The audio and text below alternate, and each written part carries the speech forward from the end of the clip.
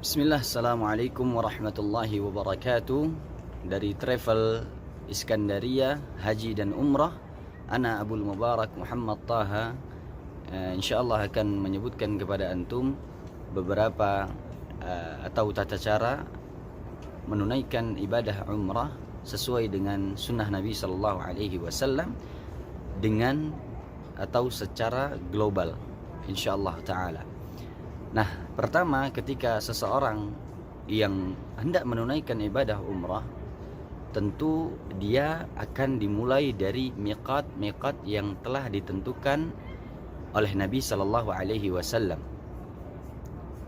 Sehingga ketika seseorang telah berada di dari miqat yang telah ditentukan, maka disunnahkan baginya untuk membersihkan seluruh tubuhnya, mandi dan memberikan wewangian pada tubuhnya, tidak pada pakaian ihramnya. Perhatikan, tidak pada pakaian ihramnya, karena ada hadis Nabi sallallahu alaihi wasallam yang melarang orang yang berihram menggunakan wewangian.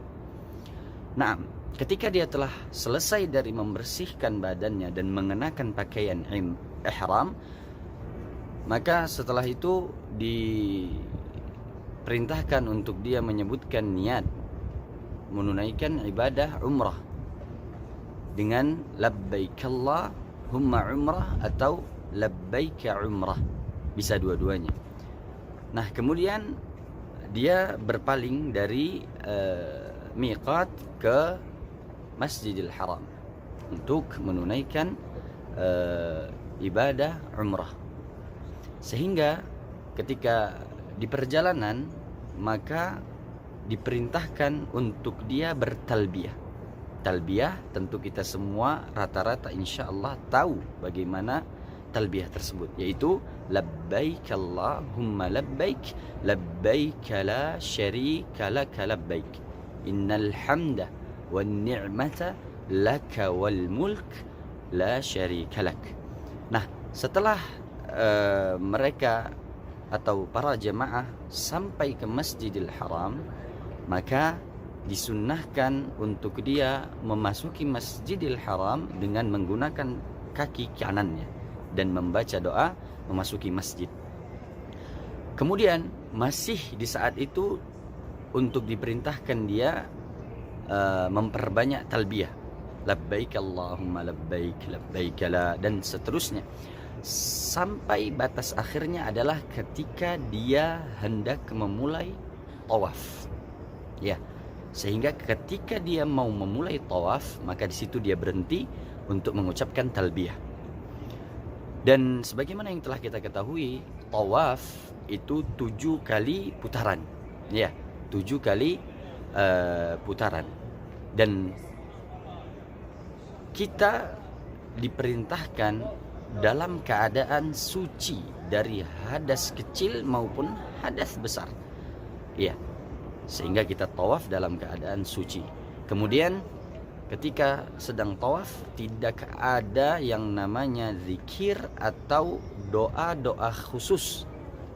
Kalau ini tidak dibaca maka tidak sah, tidak begitu, tidak ada. Akan tetapi diperintahkan untuk kita memperbanyak zikir, memperbanyak doa.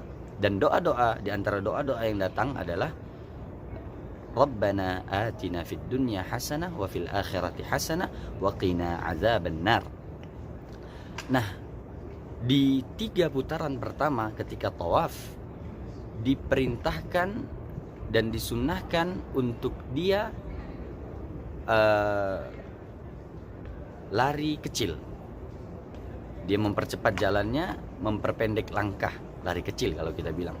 Nah, ketika dia melewati Hajar Aswad, maka dianjurkan untuk dia mendatanginya, kemudian menciumnya dan mengusapnya.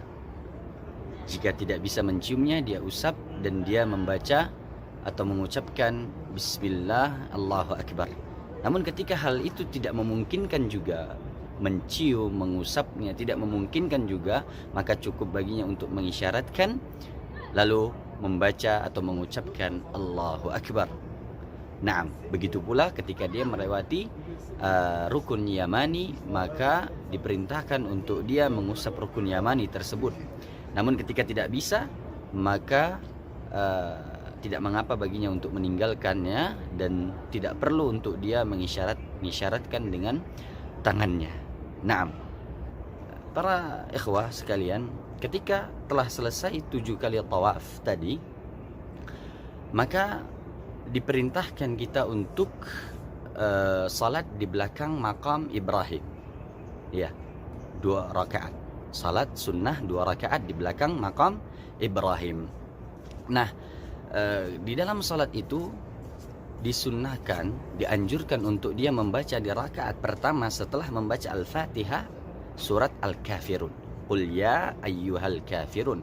Kemudian yang kedua, di rakaat kedua maksudnya, disunnahkan untuk dia membaca Qul huwallahu ahad. Setelah ini selesai, maka kita berpindah kepada rangkaian ibadah berikutnya, yaitu sa'i dari Safa ke Marwah, dari Marwah ke Safa sebanyak 7 kali. Dan ketika hendak memulai sa'i tadi, diperintahkan kita untuk membaca firman Allah Subhanahu wa taala, "Innas Safa wal Marwata min sya'airillah. Faman hajjal baita aw i'tamara" ila akhir. Maka setelah dia membaca ini, dan ada doa-doa yang lainnya yang diperintahkan dan dianjurkan untuk dia membacanya. Nah, ada pemerintah Arab Saudi memberikan tanda. Di tanda pertama dari Safa ke Marwah itu ada tanda lampu berwarna hijau. Itu menunjukkan kepada kita ketika kita berada di tanda itu diperintahkan untuk kita berlari kecil bagi para lelaki, adapun para wanita tidak. Nah, dan ketika sa'i dari Safa ke Marwah itu diperintahkan untuk dia memperbanyak zikir juga dan doa juga. Kemudian setelah selesai dari sa'i, maka dia diperintahkan untuk bertahallul, dan ini rangkaian ibadah berikutnya, yaitu tahallul. Selesai dari ibadah-ibadah umrah itu dengan kita memotong bagian rambut atau mencukurnya secara keseluruhan. Maka dengan ini insya Allah ketika seseorang melakukannya, maka dia telah menyempurnakan amalan ibadah umrahnya sesuai dengan sunnah Nabi SAW. Dan mudah-mudahan dengannya amalan umrah tersebut diterima oleh Allah Subhanahu wa taala. Untuk ikhwah sekalian yang mau bergabung dan berangkat umrah ke tanah suci, maka bisa untuk bergabung bersama kami di Iskandaria Travel Haji dan Umrah. Dan telah kita sediakan websitenya, silahkan berkunjung dan bertanya-tanya kepada kita. Insya Allah umrah tersebut kita jalankan sesuai dengan Al-Quran dan Sunnah, dan dibimbing oleh asatidzah Ahlus Sunnah wal Jamaah, insyaallah ta'ala. Dan kita juga akan berikan, Iskandaria Travel Haji dan Umrah memberikan fasilitas yang insyaallah baik, bagus dan memuaskan, insyaallah ta'ala. Silahkan berkoordinasi dengan kami.